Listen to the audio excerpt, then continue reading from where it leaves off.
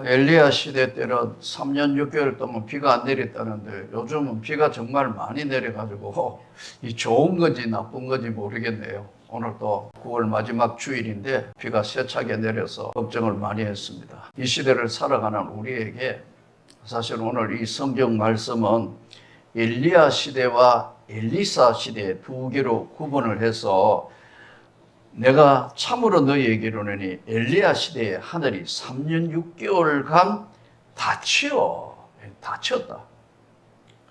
온 땅에 큰 흉년이 들었을 때 이스라엘에 많은 과부가 있었으되 이렇게 이제 말씀이 진행됩니다.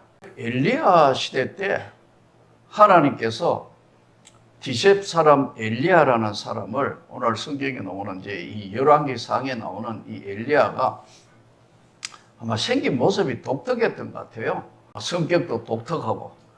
근데 이제 하나님의 종으로 쓰긴 쓰셔야 되니까 하나님께서 엘리야에게 너는 아합 왕한테 가서 네가 하도 악한 짓 하니까 아합 시대를 하나님께서 구별을 하기를 악한 시대, 악한 왕이 들었었다고 말씀을 하면서 그것 때문에 엘리야 시대의 하늘이 3년 6개월 닫혀 온 땅에 큰 흉년 될 것을 예고하라는 거예요. 여기 가서 이야기하는 게 이게 보통 심정으로 할 수 없는 거잖아요. 잘못하면 왕인데 죽일 수도 있고 붙들 수도 있고 한데 3년 6개월 동안 여호와 하나님이 비 한 방울 안 내린다 했다. 그리고 이제 거리 시내가에 있는데 그 거리 시내가에도 뭐 물이 없고 마르고 먹을 게 없잖아요. 온 세상에 먹을 게 없는데 근데 이 성경에 보면은 하나님께서 엘리야에게 까마귀를 통해서 떡과 고기를 갖다 줬다고 그러거든요. 떡은 어디서 구했을까 까마귀가. 오늘 저 아래 내려가면 맛있는 떡 먹을 수 있어요. 우리 권사님이 떡을 가져왔는데 하나 딱 먹으면 너무 맛있어서 같이 먹어야 되겠다. 우리 몇 명 안 되니까 만일에 보험교인들 옛날처럼 그렇다면 그거 1000개가 넘어야 되니까 그거는 우리 해봤자 몇 명 안 되니까 그래도 한 통씩은 먹으면 안 돼요. 3통밖에 없어. 그러니까 그 안에 하나씩 이제 이쑤시개로 찍어서 성찬식 하듯이 떡맛 한번 보러 가져와서 여러분 까마귀가 물고 올 수 있는 떡의 양이 얼마 될까요? 상상을 해보니까 얼마 안 되잖아요. 거기다가 고기도 물고 왔다. 11개를 묵상하면서 이 고기는 어떤 고기였을까? 굉장히 궁금해요. 근데 무슨 고기다는 건 없고 떡과 고기를 엘리야에게 공급을 한 내용이 성경에 나오거든요. 엘리야 시대에 아합 왕은 굉장히 악한 왕이에요. 하나님께서 도저히 용서할 수 없는 그런 왕이었다고요. 그러니까 3년 6개월 동안 비가 한 방울 안 내리니까 얼마나 힘들었겠어요? 큰 흉년 들어 이렇게 나와요. 큰 흉년이 들었다. 그러니까 먹을 게 없어서 굶어 죽는 사람이 비일비재한 현대 21세기를 살아가는 우리에게도 생각해 보세요. 비 안 내리니까 이번에 강릉에 난리 났잖아요. 물 떠오는 게 일이 돼요. 저 아프리카 땅에는요. 물이 없어가지고 난리도 아닌 데가 많아요. 그래서 일이 물 떠오는 거예요. 하루에 2시간 걸어가가 물 떠가지고 오가 또 이고 들고 말이 그렇지 여러분. 물은 인간의 생명의 가장 근원이 되는 거잖아요. 자 그런데 이제 물 한 방울 없고 이슬도 없을 것이다. 큰 흉년 들었을 때에 이때 엘리야가 그중 한 사람에게도 보내심을 받지 않고 오직 시돈 땅에 있는 사렙다 한 과부에게서 뿐이었으며 그러면 이제 이게 열왕기상 17장 9절에서 16절에 있는 사건을 다루고 있는 내용이거든요. 열왕기상 17장 9절에서 16절에 엘리야가 하나님의 명령을 받아서 사렙다 과부에게 하나님 명령하셨으니까 찾아갑니다. 찾아가서 첫 번째 이렇게 이야기해요. 여자야, 나에게 물을 좀 주라. 그럼 아까 말씀드린 것처럼 2시간씩, 3시간씩 걸어서 지금 씻는 거는 생각도 못하고 큰 흉년 들어서 비 한 방울 안 내렸다 했으니까요. 근데 거기에 가가지고 물다오? 이거 보통 일이 아니잖아요. 근데 이 여인이 일단 물 달라는 것에 순종을 해서 물을 주러 가려는데 물 다음에 또 엘리야가 더 큰 걸 요구해요. 나에게 떡을 해서 가져오라. 우리로 얘기하면 밥 갖다 주라는 얘기입니다. 거기는 떡이 하나의 가장 중요한 식사수단인 거예요. 여인이요, 나에게 떡을 가져주라. 그러니까 이 여자가 뭐라고 대답하느냐 하면 열왕기상 17장 9절에서 16절로 돌아간 지금 이 내용의 이야기를 다시 리바이블 하면은 이런 내용이에요. 물다오. 기가 막히는 상황이지만 줄 물이 없어요. 그러나 물 주러 가려 하니까 바베가 가져와. 말이 안 되는 얘기예요. 제가 한 번씩은 이런 이야기예요. 엘리야가 참 얼굴이 뜨거운 사나이다. 엉뚱한 데가 이야기하는 기떼기 맞을 이야기 아니에요. 아닌가요? 지금 물들어 죽기 살기 멀리 가가 물이 3년 6개월 동안 비 한 방울 안 내렸다고 그랬잖아요. 근데 물들어 갔어요. 그게 일가라니까요. 안 먹으면 안 되니까 물은 인간의 생명의 필수니까. 물 주려고 나가는데 그 다음에는 어떻게 해요? 세상에 그 다음에 이야기 자체가 더 웃기잖아요. 바베가 가져오라. 떡을 해서 나에게 가져오라. 여자가 뭐라고 이야기하면은 나에게는 이제 빵을 구워야 되니까 밀가루도 없고 기름 몇 방울만 남았는데 이거 마지막 먹고 우리 애들하고 마지막 만찬 즐기고 이제 세상 끝내야 되는 상황이요. 근데 엘리야가 뭐라 하죠? 여인이요. 이스라엘 만군의 여호와 하나님께서 말씀하시기를 앞으로 내 말에 순종하면 밀가루통에 밀가루가 떨어지지 아니하고 기름통에 기름이 마르지 아니한다. 다시 심어서 다시 모든 곡식을 거두고 할 때까지 하나님께서 다 알아서 하시는 거니까 믿어봐. 이 말이에요. 대단한 선포를 하는 겁니다. 우리가 오늘날 하나님의 은혜를 이야기하지만 지식으로 아는 그러한 신앙은 은혜가 아닙니다, 여러분. 착각하면 안 됩니다. 지식으로 아는 것은 은혜가 아니에요. 은혜는 내가 체험하고 느끼고 함께 주님이 동행하는 것이 은혜예요. 그러니까 우리가 오늘날 착각하는 게 신앙생활을 오래 하면 은혜가 굉장히 넘치는 사람인 줄 착각하는데 여러분 은혜는 그거하고 다른 겁니다. 은혜는 지식으로 아는 신앙이 아니에요. 은혜는 내가 몸소 체험했고 나와 함께 하시는 하나님인 것을 믿어지도록 하나님의 쏟아부어지는 그 삶의 현장에서 느꼈던 것, 그것이 함께 하시는 것이 은혜예요. 여기 오늘 말씀을 던지는 겁니다. 그리고 또 선지자 엘리사 때에 엘리야 시대가 지나가고 그의 제자였던 엘리사 때에 이스라엘에 많은 나병 환자가 있었으되 그 중에 한 사람도 깨끗함을 얻지 못하고 오직 수리아 사람 나만뿐이었느니라. 이 나만은 여기 오늘 성경에 나오는 대로 열왕기하 5장에 나오는 사건 이야기거든요. 나만이 아람나라 군대 장관이었다고 그러잖아요. 그거 문둥병 들었는데 엘리사를 지금 고쳐달라고 찾아가는 이야기인데 엘리사가 어떻게 처방해요? 요단강에 가가 7번 씻으라고 처방은 딴 거 없어요. 막 종치에 씻어주고 닦아주고 빨아주고 막 이럴 줄 알았는데 요단강에 가서 7번 씻어라. 그러니까 나만이 화내지 않습니까? 우리나라 아라바 가면 얼마나 아름다운데 나 이거 요단강에 그냥 목욕하러 여기까지 왔단 말인가 막 격분하잖아요. 몸종 여자애가 내 아버지요. 이거보다 더 어려운 거 시켜도 해야 되지 않습니까? 그러니까 너무 화내지 마시고 한번 순종해 보시죠. 요단강에 7번 담그라 했으니까 5번, 6번까지는 아무 일이 안 일어나는데 7번째 물에 들어갔다가 나오니까 어린아이처럼 살이 여전했더라. 깨끗해졌다는 얘기잖아요. 자, 이 상황을 통해서 이것이 바로 오늘 이 시대를 살아가면서 하나님이 우리에게 주신 응답이라는 거예요. 응답.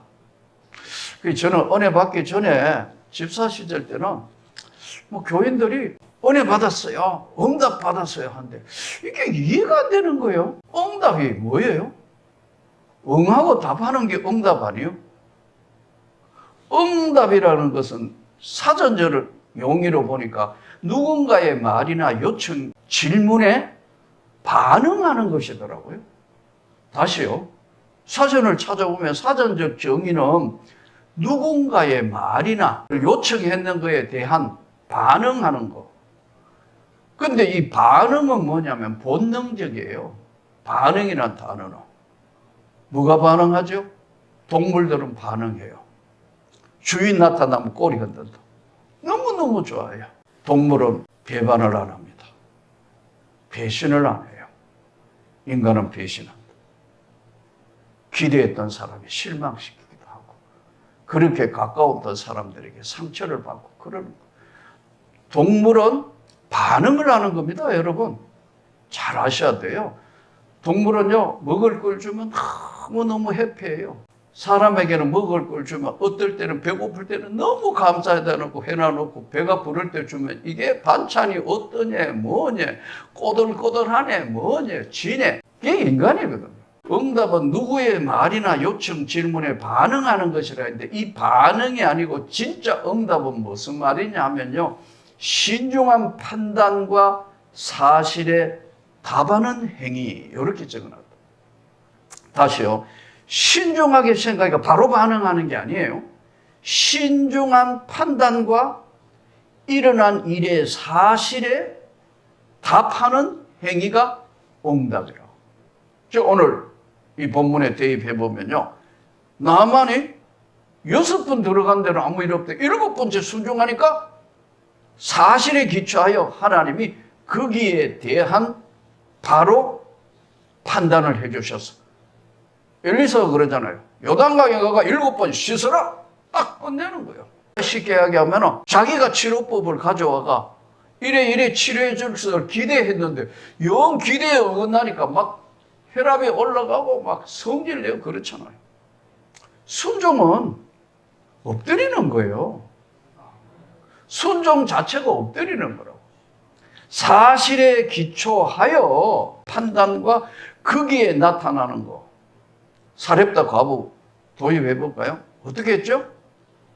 사렙다 과부 그러잖아요. 만군의 이스라엘의 하나님께서 너가 만일 순종해서 떡을 만들어 가져오면 이제 밀가루 통은 밀가루가 없어지고 기름도 없고 이제 굶어 죽을 것 같은데 하나님이 약속하시기를 다시 이제 씨를 뿌려가지고 비가 와서 추수하는 그날까지 하나님이 책임을 지신다. 믿습니까?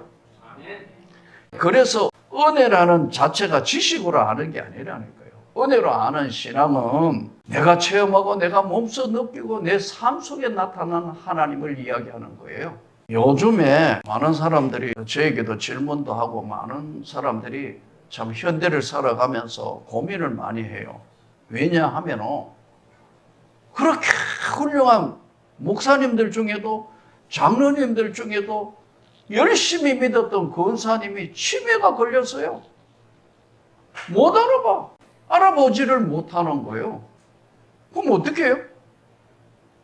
얼마나 힘들어요. 내하고 친한 목사님 어머니가 연세가 많으셨을 때 갔다 오더니 이 목사님 왜요? 그랬더니 자기는 너무너무 혼란하대요.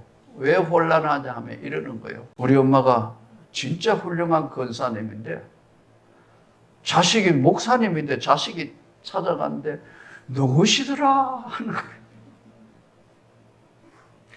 누구시더라 하니까 예수님을 알아보겠어요? 못 알아보겠어요? 못 알아보면 당연하잖아요. 미국에도 실제 그런 사례가 있었습니다. 유명한 신학적 목회자였거든요. 근데 이분이 책도 많이 쓰고 뭐 대단했어요. 근데 말년에 치매가 온 거예요. 그 치매한 사람이 또 사람을 모아서 후배들 뭐 목사님들 모아놓고요. 나는 유대인이다 이랬다는 거예요. 맛이 갔어요. 우리를 이야기하면. 그럼 무슨 말인지 하나도 못 알아듣는다는 거예요. 치매나 정신병이 들면 말년에 이렇게 됐는데 예수님을 모르는데 목사님 천국 갈 수 있나요? 이 사람이 진짜 구원받은 거 맞나요? 여러분 생각에는 어때요? 치매 걸리고 예수님 모르는데 뉘시더라 하는데 이래도 천국 가는 거예요? 또 정신질환, 조현병, 또 우울증, 공황장애 와서 그렇게 예수를 잘 믿다가 교회 안 나가요. 정신병원이나 왔다 갔다 해요. 그리고 어두운 데서 갇혀서 스스로 못 나와요. 이 구원을 받아요, 못 받아요? 왜 이렇게 조용해져 버리는 거예요? 구원 받는 거예요, 못 받는 거예요? 하하, 구원 받는다고 생각하는 사람, 못 받는다고 생각하는 사람. 역시 여러분들은 은혜가 충만하네요. 여러분, 우리가 구원받는 것은 하나님의 약속과 언약에 기초한 겁니다. 내가 나이가 들고 내가 나중에 치매가 오고 우리 모두가 정신질환을 앓는다 하더라도 하나님의 우리가 구원받은 건 내가 노력에 구원받는 게 아니고 하나님의 은혜에 기초한 약속이에요. 우리가 주 예수를 믿을 때 거듭난 그 약속을 믿고 우리에게 구원을 주시는 십자가의 은혜는 지나온 모든 삶의 과거, 현재, 미래에 있는 모든 것을 다 완전히 이루신 하나님의 완벽한 구원의 역사예요. 그렇기 때문에 뭐 치매를 알았다, 정신질환을 알 때 잘 모른다, 현재는 제정신이 아니기 때문에 모른다. 그것은 구원을 받았다 안 받았다가 아니고 우리가 구원을 받은 것은 하나님의 언약의 약속에 기초하기 때문에 그렇게 주님이 우리를 구원해 주시는 거예요. 로마서 8장 38절부터 39절 관련 성경 구절 대단히 중요한 하나님 말씀입니다. 로마서 8장 38절부터 39절 내가 확신하노니 사망이나 생명이나 천사들이나 권세자들이나 현재일이나 장래일이나 능력이나 높음이나 깊음이나 다른 어떤 피조물이라도 우리를 우리 주 그리스도 예수 안에 있는 하나님의 사랑에서 끊을 수 없으리라. 여러분, 치매 받아도 구원 받습니다. 정신질환이 있어도 구원 받습니다. 여러분. 하나님의 언약의 약속에 기초했기 때문에 그렇습니다. 무슨 노력으로 구원을 받는 게 아니라는 거예요. 1517년에 종교개혁이 일어나게 된 역사적 배경을 보면 가톨릭 교회, 천주교회가 중세를 거쳐오면서 부패할 대로 부패해버립니다. 그 대표적인 것이 바로 우리가 잘 아는 돈 주고 은혜를 산다? 말이 안 되잖아요, 이게. 그래서 은화를 사든지 헌금을 해서 그것을 면죄부를 팔은 거예요. 그 면죄부를 사면 지옥 간 조상이 연옥으로 가고 연옥에 있는 조상이 천국으로 간다. 터세라는 신부가 이게 아주 말을 잘하는 친구예요. 전 유럽을 다니면서 바티칸 성당 짓기 위해서 모금을 하는데요. 택도 않은 이야기를 하므로 루터가 우리가 잘 아는 비텐베르크 대학에서 95개 조항의 반박문을 쓰면서 믿음으로 구원을 받는 것이다. 여기서부터 기독교 개신교가 시작됩니다.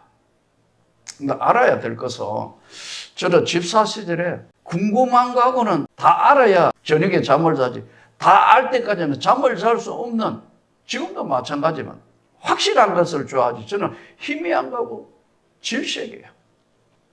그러고 맞다 틀리다 예스 노가 분명하다. 누가 뭐래도 하나님 앞에 이거는 아니다 이거. 맞는 거는 맞습니다. 비록 손해가 날지라도 어렵고 힘들더라도 나는 그것이 맞다고 생각합니다. 이제 루터가 종교를 개혁하고, 루터는 독일 사람이잖아요. 프랑스에서는 칼빈이 종교개혁에 앞장을 씁니다. 이때 종교개혁 당시에 가장 큰 화두는 뭐냐면 구원론입니다. 어떻게 구원을 받는 것인가? 천주교는 아까 이야기한 면죄부 팔고 뭘 해야 구원을 받는 공로주의하고 상당히 연결이 되어 있습니다. 이때 구원은 하나님을 믿음으로 말미암아 의로워졌고 믿음으로 구원을 받는 것이다는 택도의 소리 하지 마라. 면죄부 팔아가 된 게 아니야 하고 95개 조항의 반박문을 기재를 하므로 개신교가 오늘날 출발을 합니다. 제가 칼빈의 생가를 가봤거든요. 칼빈 생가. 프랑스의 남부에 있습니다. 가서 보니까 칼빈이 그 당시에 오늘날 이제 성당의 아버지가 관리 집사 역할을 했다 하더라고, 가이드 이야기가. 당시에 성경이 없었으니까요. 또 글을 모르는 문명이 너무 많았으니까요. 근데 칼빈은 사촌하고 라틴어로 되어 있는 성경을 자국어로 번역을 하면서 성경을 번역하면서 그들이 그 당시에 가장 신성하게 여겼던 보물단지처럼 여겼던 성경을 바르게 해석하기 위한 자국어로 쓰기 시작했고, 루터는 숨어 있으면서 신약 성경을 독일어로 번역을 합니다. 우리 기독교는 철저하게 하나님 말씀 성경 중심이어야 합니다. 성경에서 벗어나면 이것은 어떤 은혜를 받았든 뭐를 했든 그건 아무 상관이 없어요. 이단으로 될 수밖에 없는 것이 바로 가장 중요한 하나님의 말씀입니다. 그런데 이제 종교개혁 당시 16세기에는 가장 중요한 것이 뭐냐면은 핵심이 구원론이에요. 어떻게 구원을 받는 것인가? 믿음으로 구원을 받는다. 여기에는 이제 천주교하고 너무나 먼 거리에 와 있었으니까 여기에는 이제 질문이 없이 그대로 진행을 했습니다. 그래서 이 칼빈주의가 오늘 장로교회의 핵심이잖아요. 장로교 핵심의 가장 중요한 교리가 뭐죠? 하나님이 구원받을 사람 이미 다 예정되어 있고 선택되어 있더라는 거예요. 그러니까 이게 너무 강하니까 뭐 할 거 없네. 어차피 예정된 사람은 다 선택받은 사람 구원받을 거니까. 근데 한 가지를 놓치는 거예요. 여러분, 이게 우리 지금 보수교단의 합동측에 있는 가장 중요한 핵심 교리지만 거기에는 더 깊은 세계가 있어요. 성화의 삶이 없는 구원은 가짜 구원이란 말이에요. 여러분 믿습니까? 입으로는 예수 믿는다 하지만은 행동은 예수 믿는 행동을 하지 않는 그 구원은 의심해 봐야 된다는 거예요. 자기는 구원받았다고 이야기하지만 하나님의 구원받은 사람은 성화의 과정이 반드시 필요하다는 거예요. 근데 이 성화 과정에 있어서 한 교리로 20세기까지 왔는데 독일의 신학자 바르트라는 사람이 나타나서 이 성경에 있는 복음의 핵심은 캐리그마, 여러분이 좀 듣기 생소한데 선포지 어떤 구분을 지은 게 아니다. 이렇게 해서 구원의 폭을 훨씬 넓힌 거예요. 그래서 우리는 구원받은 사람들이 선택되어 있는 사람이 있으니까 추수적인 개념이 보수교단의 입장이라면 이 지금 캐리그마라고 이야기하는 복음의 핵심의 진수가 씨를 뿌리는 것이다. 이렇게 함으로 우리가 보는 거하고 쉽게 얘기하면 보수교단의 장로교 보수교단과 좀 다른 입장을 취하고 있는 보수교단이 아닌 진보교단에서는 이거를 씨 뿌리는 비유로 한다면 우리는 추수하는 비유로 보거든요. 그래서 바르트 신학이라는 것이 장로교 진보교단의 핵심이 되어본 거예요. 교리적으로 틀린 건 아닙니다, 여러분. 입장이 다르다는 거죠. 그렇게 해서 이제 계속 나가다가 보니까 시간이 지났는데 영국에는 어떤 사건이 벌어졌냐면 우리가 잘 아는 감리교 웨슬레가 나타나서 가만히 보니까 독일에 프랑스에 일어난, 그래서 칼빈이 스위스에 가서 제네바에서 교회를 할 때 이때 신정 정치를 했거든요. 기독교 나라를 만들어 보겠다고 했단 말이에요. 쉽게 이야기하면. 그래서 유럽이 빨리 복음화되는 역할을 했어요. 근데 문제가 뭐냐면 이 핵심에 있는 여기에 감리교 쪽에서 가만 보니까 어차피 구원받으면 그 다음에는 하나님의 한 번 구원은 영원한 구원이나 하니까 이거 뭐 관계 있나? 이래가지고 구원받았다는 게 이게 뭐 사창가도 가고 뭐 술도 뭐 엉망진창으로 사니까 이거 아니다. 신이 인간을 구원했지만 계속해서 그 구원은 이루어져 가야 되는 것이다. 자유의지라는 걸 굉장히 강조함으로 감리교가 출발합니다. 그래서 감리교 구원은 계속해서 이루어져 간다는 데 초점이 있어요. 그러니까 여기에는 무슨 문제가 생기는 거예요? 불안해지는 거예요. 진짜 이 구원이 완벽하게 끝난 건가 아닌가, 아직도 죽을 때까지 구원을 이루어가는 것인가 하는 퀘션 마크가 생기기 시작했어요. 이 불안을 더 증폭시킨 게 뭐냐? 성결교 쪽에서는 완전 성화, 감리교 성화가 주장하거든요. 이게 더 강해져가지고 제 뿌리까지 완전히 성령의 불로 태워버려야 된다. 성결. 그래서 성결교가 나온 거예요. 성결해지세요. 얼굴 표정들이. 그러니까 교단적 입장이 다 여러분 교리가 구원에 대한 것은 맞지만 해석사적인 차이가 있다. 그래서 성결교단이 제가 볼 때 다 훌륭한 교단이에요. 감리교, 성결교, 또 뭐 너무 나가는 건 안 되지만 진보적인 교단도 충분히 이해가 된다. 저들이 학교 세우고 병원 세우고 많은 일을 했으니까요. 씨를 뿌렸으니까. 잘못하면 우리 보수교단에는 성화를 무시하면요 문제가 생기는 게 숙명론으로 가요. 절대 그렇게 돼서는 안 되는 거거든요. 난 철저히 성경 중심에 한다고 믿습니다. 이 마지막에 이 심성복음이 하나 나타나고 오순절. 이 사람들은 구원은 하나님의 은혜로 받지만 이 땅의 삶은 아프면 치유받아야 되고 치유받을 뿐만 아니라 축복도 받아야 되는 거야 막 이러니까요 그쪽으로 와가 버려요. 잘 들어야 합니다. 오늘 엘리야 시대, 엘리사 시대 때 진짜 하나님을 믿고 그 하나님 앞에 구하면 하나님이 역사하신다는 거예요. 이게 성경입니다. 어느 교단이 맞고 어느 교단이 틀린 게 아니에요. 다 성경이에요. 누구든지 예수 믿으면 구원을 받으리라. 내가 확신하노니 사망이나 생명이나 천사들이나 권세자들이나 현재일이나 장래일이나 능력이나 높음이나 깊음이나 다른 어떤 피조물이라도 우리 주 그리스도 예수 안에 있는 하나님의 사랑에서 절대 끊을 수 없다. 그래서 한 번 구원은 영원한 구원입니다. 내 의지하고 상관없이 우리가 나이 들어서 치매가 오고 정신이 희망하고 사람을 못 알아본다 할지라도 한 번 구원하신 것은 인간의 행위에 기초하지 않고 하나님의 언약에 기초한 우리 여기 있는 모두 주의 은총 받은 사람들. 또 한 주간 더 주님이 기뻐하시나? 오늘 응답을 주신 하나님이 우리에게도 응답 주실 걸 믿습니다. 그 하나님을 믿고 어려운 세상에 승리하시기를 주 예수 이름으로 축복합니다.